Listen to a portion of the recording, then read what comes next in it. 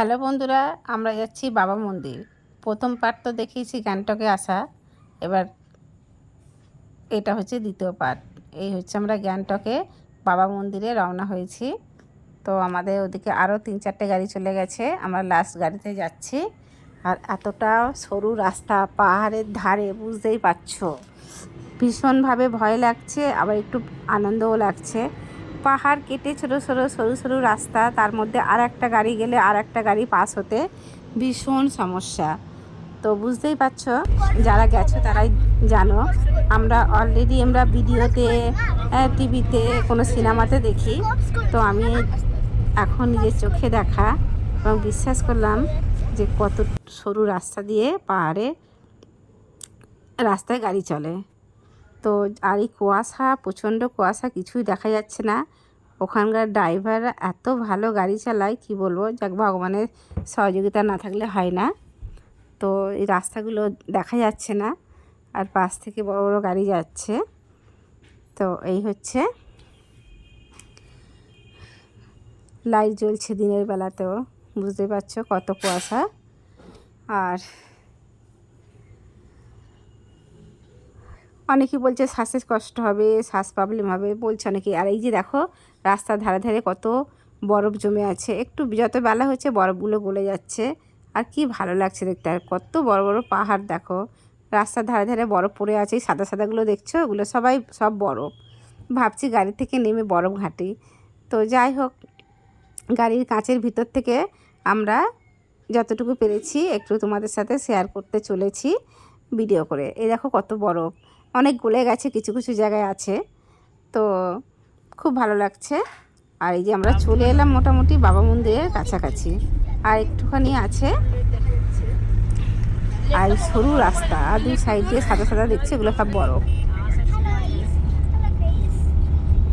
তো আমার তো ভীষণ ভালো লেগেছে। আবার যাব গ্যাংটক, তারপর যাব দার্জিলিং। গ্যাংটক দার্জিলিং দুটোই করেছি, আবার করব। আমার তো ভীষণ ভালো লেগেছে।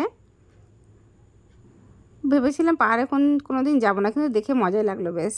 কত বরফ দেখো, বিশাল অনেক বরফ। আর ডিসেম্বরের দিকে এলে তো আরও বরফ থাকবে। আমরা একটু বেলা হয়ে গেছিলো, যার জন্য বরফটা একটু কম দেখেছি এখানটাতে। তো চলে এলাম। আমরা এবার গাড়ি থেকে নামবো। এই যে আমরা গাড়ি থেকে নেমেছি, এবার বাবা মন্দিরের দিকে যাব।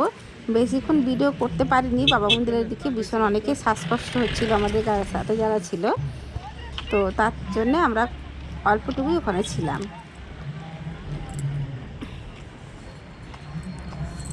প্রচণ্ড ঠান্ডা, প্রচণ্ড ঠান্ডা। আমি তো কতগুলো বাপরে পড়েছি।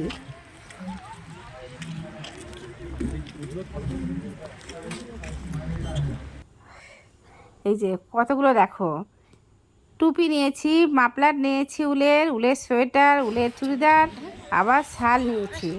এত কিছু চাপিয়ে আছি, ঠান্ডা লাগছে, মুখ ফুলিয়ে ফুলিয়ে রাখছি। বেশ মজাও লাগছে, আনন্দ লাগছে। আমাদের থেকে গরম থেকে গেছি ঠান্ডার দেশ, বুঝতেই পারছো। এর উপভোগটা একদম আলাদা। যারা যারা করেছো তারা খুব মজা পেয়েছো। আর ওদিকটাতে প্রচণ্ড বরফ আছে, ওদিকটায় যেতে পারছিলাম না। হাত পা পুরো, মানে হাতগুলো টাঁচ লেগে যাচ্ছিলো, শক্ত হয়ে যাচ্ছিলো। তো যাই হোক, আমি একটু বসি। এই যে বাবা মন্দিরেই আমি বসে আছি একটু। হ্যাঁ, কিছুক্ষণ ভিডিও করতে পারছি, কিছুক্ষণ করতে পারছিলাম না। তো যাই হোক, কত বরফ দেখো। আমরা বাবা মন্দির থেকে বেরিয়ে চলে এলাম। এটা কি জায়গাটার নাম ভুলে গেলাম, কি ছাঙুর না কি এক বলে, যাই হোক। আর কুয়াশায় পুরো ঢাকা। হ্যাঁ, রাস্তা বড়, ওইগুলো গভীর পুরো।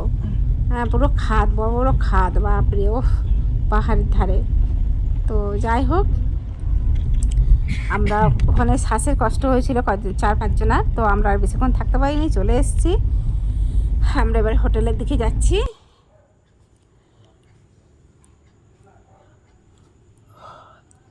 তো আমরা বিশ্রাম করে খাওয়া দাওয়া সেরে একদম উঠে পড়লাম সকাল সকাল। সব রেডি, লাগেজ গুছিয়ে আমরা গাড়ির জন্য দাঁড়িয়ে আছি। আমরা যাব দার্জিলিং। চলো, গুড মর্নিং, টাটা।